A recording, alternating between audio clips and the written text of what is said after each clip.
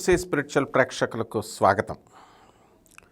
మహాభారతం, మనము మహాభారతము సీరియల్ని మన టిఎఫ్సి ఛానల్లో మనం విడుదల చేస్తున్నాం. ప్రొఫెసర్ డాక్టర్ ముల్లపూడి సత్యనారాయణమూర్తిని నేను.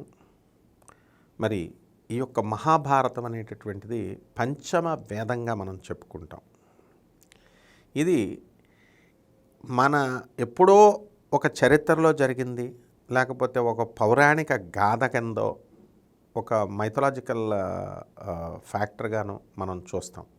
అలా కాదు, ఇది దైనందినటువంటి జీవితంలో ప్రతిరోజు కూడా మనకి ఈ కురుక్షేత్ర యుద్ధం అనేటటువంటిది ప్రతి మనిషి జీవితంలో జరుగుతుంది.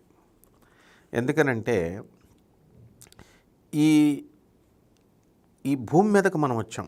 భూమి మీదకు మనం వచ్చినటువంటి మనము ఏమవుతుందంటే రోజు పాల బిల్లులు, కరెంటు బిల్లులు, పిల్లలకి పెళ్ళిళ్ళు కాలేదని, మనకి ఉద్యోగాలు రాలేదని, ఇలా రకరకాల సమస్యలతో మనం బాధపడుతూ ఉంటాం.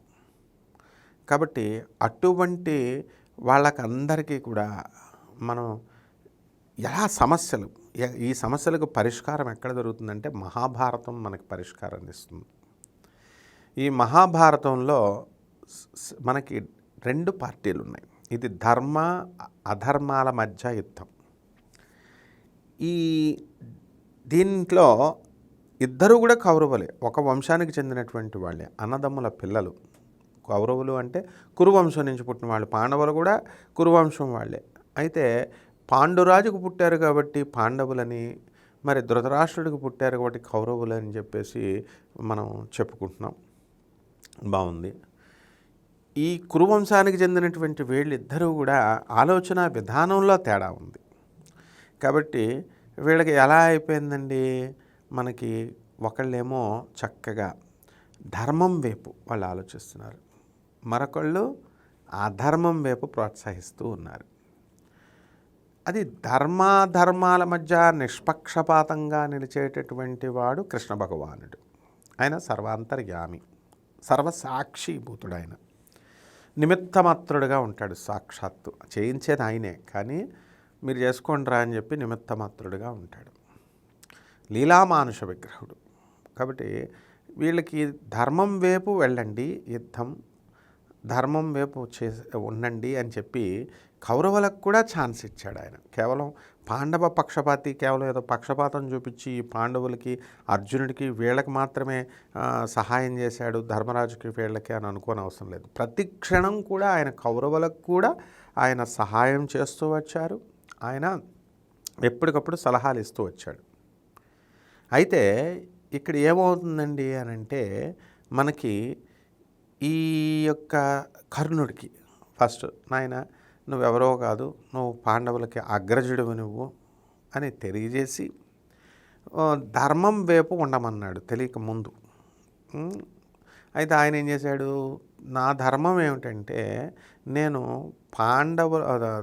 దుర్యోధనుడితోనే ఉంటాను, నేను మిత్రధర్మాన్ని పాటిస్తాను అన్నాడు ఆయన. అంటే కర్ణుడు ఎరుకున్నటువంటి ధర్మం ఆయనది. ఎవరి ధర్మాలు వాళ్ళు. భీష్ముడిని, నాయన నువ్వు ఈ యొక్క ధర్మాన్ని నువ్వు సంరక్షించు అని చెప్పి ఆయనంటే, ఇతనేం చేస్తాడు, ఈ యొక్క భీష్ముడు హస్తినాపురాన్ని సంరక్షించుకోవడమే నా ధర్మం అన్నాడు. అంటే ఆ ఊరి మీద జియో సెంటిమెంట్ అంటాం, ఒక ప్రాంతం మీద ప్రేమ ఇతనికి. కాబట్టి ఆ ప్రాంతం మీద ప్రేమ ఉండకూడదు అని చెప్పి సాక్షాత్తు శ్రీకృష్ణ పరమాత్మల వారు చెప్తారు. మరి చాలామంది నేను పుట్టిల్లు వదిలి వెళ్ళనండి, నేను ఈ ఊరిని వదిలి వెళ్ళనండి అంటాడు. అంటే ప్రాంతం మీద ప్రేమ పెట్టేసుకున్నాడు. హస్తినాపురం నా తల్లి లాంటిది, కాబట్టి నాకు ఎవరైనా సరే నా దాని మీద కనుక యుద్ధానికి వస్తే వాళ్ళు ఎట్టి పరిస్థితుల్లో కూడా వాళ్ళు మనకి రారు, నేను ఊరుకోను అని చెప్పాడు. అంటే శత్రురాజులు ఎవరైనా సరే నా వంశం వారిపైన కానీ, లేదా నా యొక్క హస్తినాపురం నా తల్లి లాంటిదైనటువంటి హస్తినాపురం మీద కనుక యుద్ధానికి వస్తే కనుక నేను ఒప్పుకోను, నేను యుద్ధం చేస్తాను అని చెప్పాడు భీష్ముడు. అది ఆయన పాటించే ధర్మం. అయితే శ్రీకృష్ణ పరమాత్మ ఆయన ఎందుకు తీసేశాడు? ఎందువలన అంటే పరివర్తన రావాలి, మనిషిలో చేంజ్ రావాలి. చేంజ్ను ఒప్పుకోలేదు ఆయన. ఎంతసేపు ఒకే ఆలోచన విధానంతో ఉన్నాడనమాట, పాతకాలపు ఆలోచనలాగా ఉండి.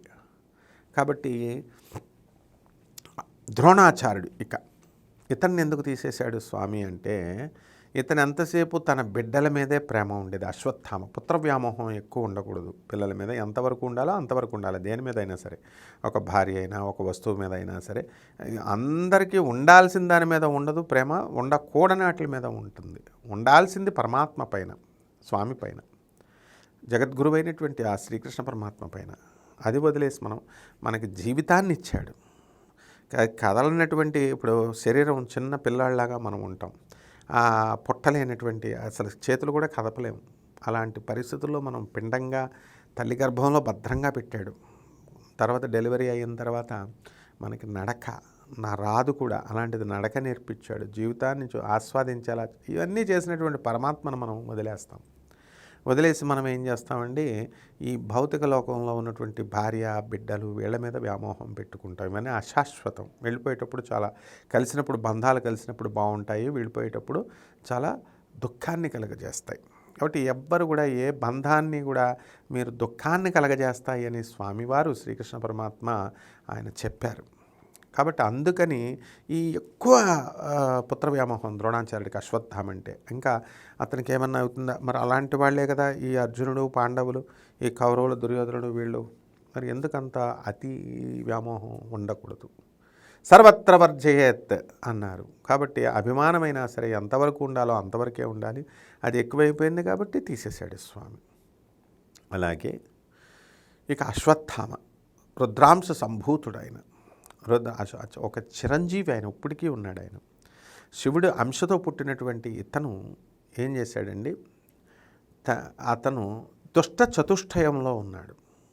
ఈ శకుని, దుర్యోధనుడు, దుశ్శాసనుడు వీళ్ళతో స్నేహం చేశాడు.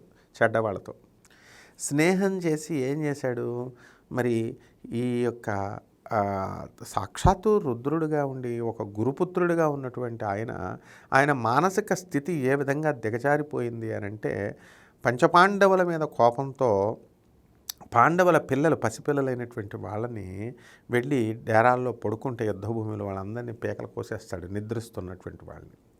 వీరధర్మం ఏమిటంటే నిద్రిస్తున్నటువంటి వాళ్ళని ఎవరు కూడా చంపకూడదు. ఇక్కడ అశ్వత్థామకి అర్జునుడికి తేడా చెప్తాను. మరి అర్జునుడికి ఈ గోహరణం, మనము ఈ యొక్క ఆవుల్ని తీసుకెళ్ళిపోతారు.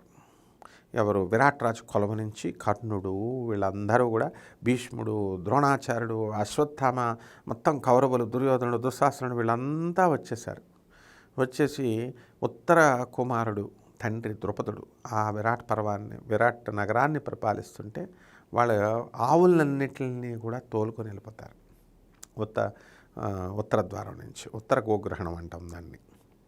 మరి అటువంటప్పుడు తప్పు అని చెప్పాల. అప్పుడు అర్జునుడు వీళ్ళందరినీ సింగిల్ హ్యాండ్తో జయించి, ఒక లెఫ్ట్ హ్యాండ్తో బృహన్నలుగా ఉన్నాడు అప్పుడు ఆయన అర్జునుడు వారు ఉండి ఏం చేశాడు, అందరిపైన సమ్మోహనాస్త్రాన్ని వేస్తే ఉత్తర కుమారుడు దిగి వీళ్ళందరినీ కూడా కోసిపారేద్దాం తలకాయలు అంటాడు. నో కోయకూడదు, మనము ఈ నిద్రిస్తున్నటువంటి వాళ్ళని చంపడం మహాపాపము, నాకు ఈ జీవితాంతం ఈ కళంకం అనేటటువంటిది ఉండిపోతుంది.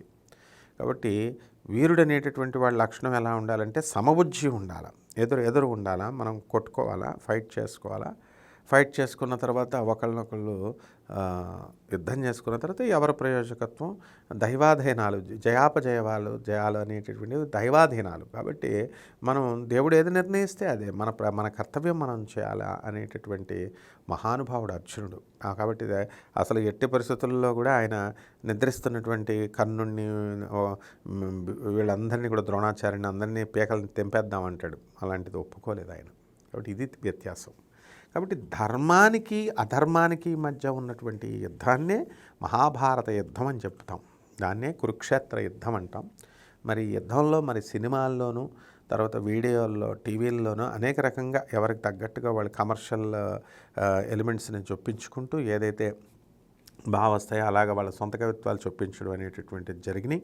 అలా కాకుండా శాస్త్రం ఏం చెప్తుందో దాన్ని యథాతథంగా ఒక గురువుల దగ్గర నుంచి శుశ్రూష చేసి, మరి మా గురుదేవులైనటువంటి భారతీతీర్థ స్వామి వారు శృంగేరి పీఠాధిపతులైన జగద్గురు ఆదిశంకరాచార్యులు వారు, అలాగే మా ప్రిన్సిపాల్ గారు అబ్బాయి అయినటువంటి విధుశేఖరేంద్ర సరస్వతి అనదర్ జగద్గురు ఉత్తరాధికారి ఆయన, అలాగే ఇప్పుడున్నటువంటి ధర్మమూర్తులు, మరి చాగంటి కోటేశ్వరరావు గారు అవనివ్వండి, గరికపాటి నరసింహారావు గారు, ఇలా వీళ్ళందరూ కూడా ఇప్పుడు పేరు పేరున మనం అందరికీ కూడా శాస్త్రాన్ని శాస్త్రబద్ధంగా మరి చెప్పారు. కాబట్టి దాన్ని తూచా తప్పకుండా అక్షరం కూడా మార్చకుండా శాస్త్రంలో మహాభారతంలో ఏముందో అది చెప్పడానికి నేను ప్రయత్నిస్తూ మీకు ఈ యొక్క ఉపోద్ఘాతాన్ని ఇంట్రడక్షన్ని నేను చెప్తున్నాను. ఇక నుంచి మహాభారతం అనేటటువంటిది మనం చెప్పుకుందాం టిఎఫ్సి ఛానల్, స్పిరిచువల్ ఛానల్లో. శుభమస్తు.